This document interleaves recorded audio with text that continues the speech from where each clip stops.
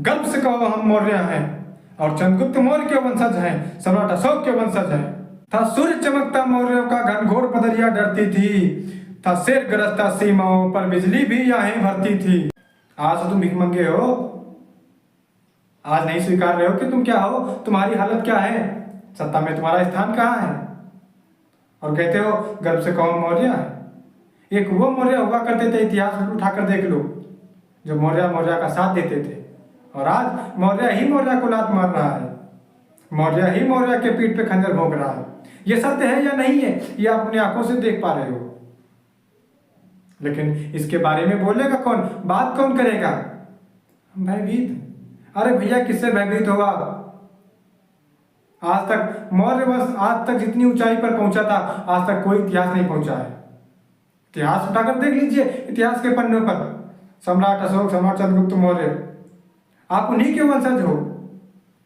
कहीं संदेह तो नहीं है कि आप उनके वंशज नहीं हो? अगर आप उनके वंशज हो तो आपका खून खौलता क्यों नहीं है? खून खौलना चाहिए। तुम्हारे किसी भाई पर अत्याचार होता है, तुम खड़े होकर के देखते रहते हो, नहीं? क्यों नहीं आवाज उठाते हो? बोलना चाहिए एकत्रित होकर के। आज क्या मौर्य की स्थिति ऐसी है कि 4 मौर्य एक जगह पर एकत्रित हो जाए? कहते हैं कि 4 मौर्य वहीं पर इकट्ठे होते हैं जब कोई 5वां कंधे पर हो।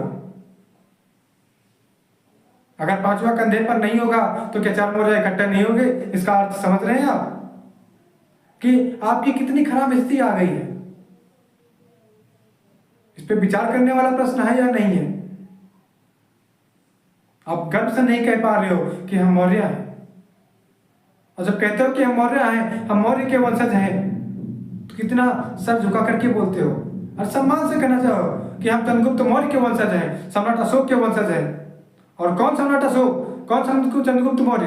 जिन्होंने विश्व विजेता, जिन्होंने दुनिया जीती थी, हम उनके वंशज हैं। आप क्यों भयभीत होते हो कहने से कि हम मौर्य के वंशज हैं? पता नहीं क्यों। आज चाइना में देखो, सम्राट अशोक की मूर्ति बनी है, लोग वहां उनकी पूजा करते हैं, और तुम्हारे अपने देश में लोगों को नाम नहीं पता है। क्या हालत है मौर्य की, आप समझ सकते हो।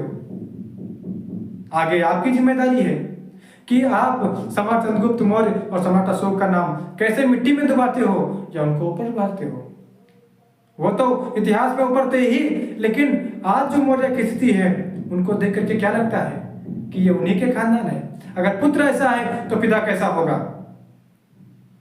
लोग ऐसे ही अंदाजा लगाते हैं कि आज इनकी स्थिति ये है। कहीं ये झूठ तो नहीं बोलते हैं कि इन्होंने राज किया, इन्होंने शासन किया?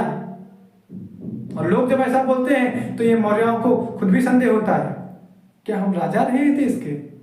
क्या हम इस देश पे राज किए हैं? ऐसा प्रश्न उठता है हमें। ये चिंता का विषय है, इस पे चिंता करनी चाहिए।